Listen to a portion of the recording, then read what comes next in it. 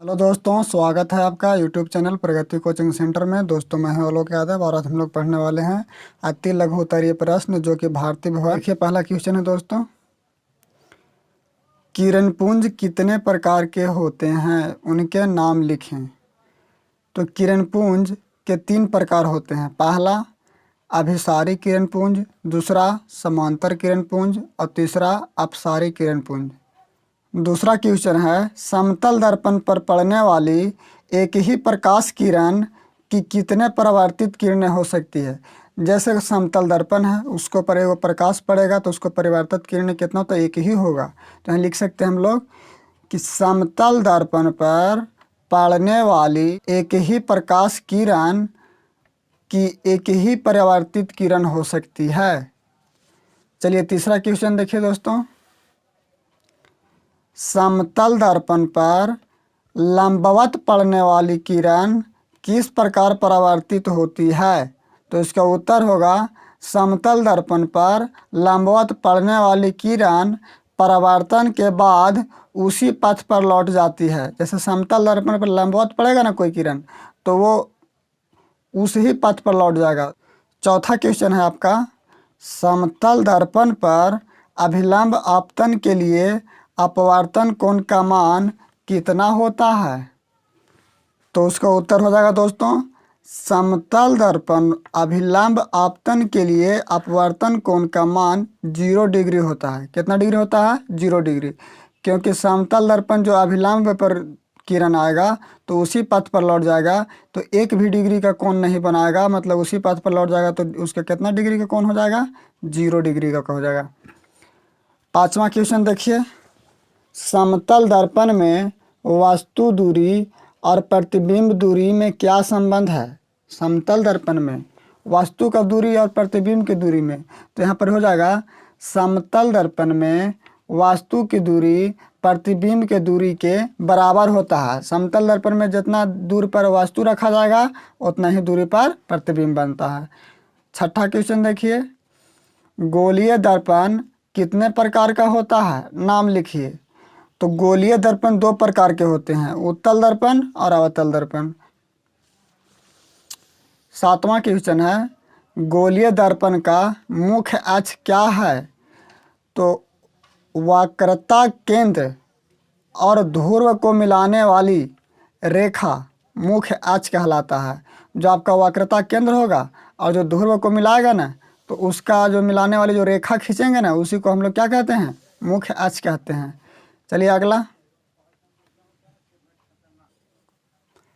8वां question है, अवतल दर्पण के फोकस की परिभाषा दें। तो अवतल दर्पण के फोकस की परिभाषा हम लोग इस प्रकार से लिखिए कि मुख्य अक्ष के समांतर आपतित किरण अपवर्तन के बाद मुख्य अक्ष के जिस बिंदु पर मिलती है उसे उस दर्पण की फोकस दूरी कहते हैं। इसे एफ से सूचित किया जाता है। क्या से सूचित किया जाता है? एफ से सूचित किया जाता है। चलिए ठीक है। 9वां क्वेश्चन है दोस्तों, गोलीय दर्पण की फोकस दूरी एफ और उसकी वक्रता त्रिज्या आर में क्या संबंध है। संबंध इसको स्थापित करना है। तो लिखिए उत्तर में कि फोकस दूरी वक्रता त्रिज्या की आधी होती है, अर्थात एफ बराबर r/2, या वक्रता त्रिज्या फोकस दूरी की दुगनी होती है, यानी r बराबर 2f। तो हम लोग कह सकते हैं कि वक्रता त्रिज्या फोकस दूरी की दुगनी होती है। चलिए 10वां, एक दर्पण का नाम बताइए जो किसी वस्तु का सीधा और आवर्धित प्रतिबिंब दे सके। तो लिखिए कि किसी वस्तु का सीधा और आवर्धित प्रतिबिंब सिर्फ अवतल दर्पण ही बना सकता है। अवतल दर्पण ही क्या कर सकता है? बना सकता है। चलिए 10 के बाद अब 11वां क्वेश्चन है कि एक अवतल दर्पण द्वारा आभासी प्रतिबिंब बनाने के लिए वस्तु का स्थान कहाँ होना चाहिए। जैसे एक अवतल दर्पण द्वारा आभासी प्रतिबिंब बनाना है तो वस्तु को कहाँ रखा जाना चाहिए? तो उसका उत्तर हो जाएगा अवतल दर्पण द्वारा आभासी प्रतिबिंब बनाने के लिए वस्तु को ध्रुव और मुख्य फोकस के बीच रखा जाना चाहिए। ध्रुव और मुख्य फोकस के बीच रखेंगे ना तो उसका जो प्रतिबिंब बनेगा आभासी बनेगा। चलिए 12 वाला देख लीजिए। यदि कोई वस्तु वक्रता केंद्र पर अवतल दर्पण में रखी हो तो उसका प्रतिबिंब कहाँ और कैसे बनता है? तो चलिए उसका उत्तर लिखिए कि यदि कोई वस्तु अवतल दर्पण के वक्रता केंद्र पर रखी हो तो उसका प्रतिबिंब वक्रता केंद्र पर ही बनेगा। प्रतिबिंब वास्तविक तथा उल्टा होगा तथा उसका आकार वस्तु के आकार के बराबर होगा। चलिए ठीक है।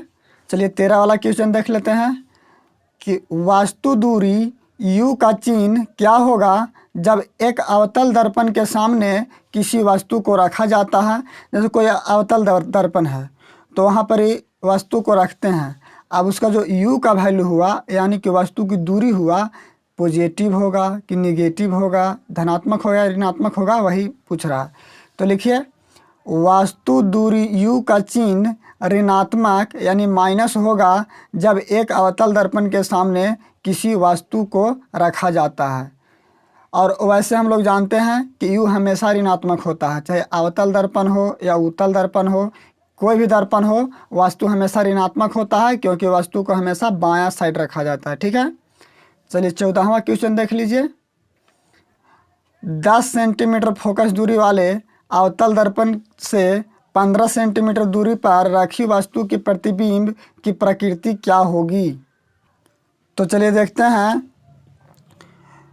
उत्तर इसका होगा चूंकि वस्तु फोकस दूरी और वक्रता केंद्र के बीच रखी हुई है इसलिए प्रतिबिंब उल्टा और वस्तु से बड़ा बनेगा। ठीक है। चलिए 15वां क्वेश्चन देख लीजिए। अवतल दर्पण से किसी दूरी पर एक वस्तु को रखा जाए जिससे कि प्रतिबिंब का आकार वस्तु के आकार के बराबर हो तो कहाँ पर रखा जाएगा? वक्रता केंद्र पर रखा जाएगा। वक्रता केंद्र पर रखेंगे ना अवतल दर्पण में तो प्रतिबिंब का आकार वस्तु के आकार के बराबर हो जाएगा। चलिए ठीक है। 16 का क्या एक उत्तल दर्पण किसी वास्तविक वस्तु का वास्तविक प्रतिबिंब बना सकता है? इसका उत्तर में हो जाएगा नहीं। अवतल दर्पण किसी वास्तविक वस्तु का वास्तविक प्रतिबिंब नहीं बना सकता। चलिए ठीक है ना। चलिए एक अवतल दर्पण की फोकस दूरी F बराबर -15 सेंटीमीटर है। या अवतल दर्पण है या उत्तल दर्पण है, यही चेक करना है। ठीक है। तो यहाँ उत्तर में लिखिए चूँकि दर्पण की फोकस दूरी क्या है? ऋणात्मक है, तो ऋणात्मक रहेगा इसलिए यह अवतल दर्पण होगा क्योंकि अवतल दर्पण में फोकस दूरी ऋणात्मक होता है। ठीक है। उत्तल दर्पण में धनात्मक होता है। चलिए 18 में देखिए गोलीय दर्पण की आवर्धन की परिभाषा दें। तो इसका उत्तर हो जाएगा गोलीय दर्पण में प्रतिबिंब की ऊंचाई एवं वस्तु के ऊंचाई के अनुपात को आवर्धन कहा जाता है।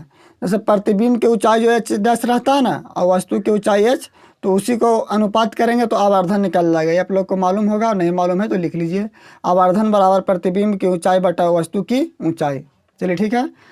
19 वाला देखिए आवर्धन m का ऋणात्मक मान क्या बताता है? जहाँ पर आपको आवर्धन m बराबर निगेटिव में दिया रहेगा, माइनस में दिया रहेगा, तो आपको क्या बताएगा? तो वही हम लोग देख लेते हैं कि आवर्धन m का ऋणात्मक मान यह बताता है कि प्रतिबिंब वास्तविक तथा उल्टा बन रहा है। अगर m बराबर माइनस में रहेगा तो हम लोग समझेंगे कि प्रतिबिंब वास्तविक और उल्टा बन रहा है। अगर पॉजिटिव धनात्मक रहेगा तो हम लोग समझेंगे कि आभासी और सीधा बना रहा है। चलिए 20 वाला क्वेश्चन देखिए।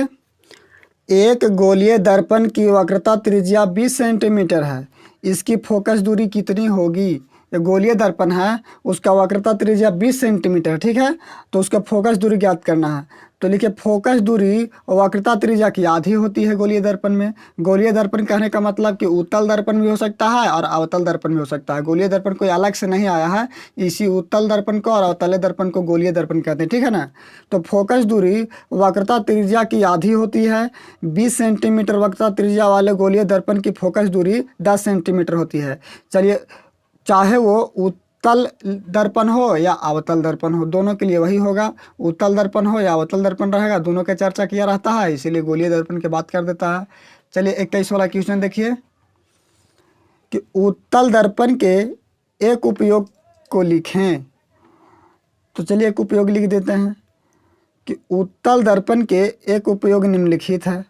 उपयोग चालक मोटरगाड़ी के साइड मिरर के रूप में किया जाता है। जो चालक रहता है ना, चालक यानी कि ड्राइवर, वो अपना लुकिंग ग्लास देखा होगा तुम लोग, जो पीछे के जो गाड़ी आ रहा है, चाहे पीछे गाड़ी नहीं आ रहा है, पीछे सड़क देखने के लिए वो जो लुकिंग ग्लास का इस्तेमाल किया जाता है, वही उत्तल दर्पण होता है। चलिए ठीक है। अब 22 वाला देखिए दोस्तों, 22 वाला देखिए, उस उत्तल दर्पण की फोकस दूरी ज्ञात करें जिसकी वक्रता त्रिज्या 32 सेंटीमीटर है।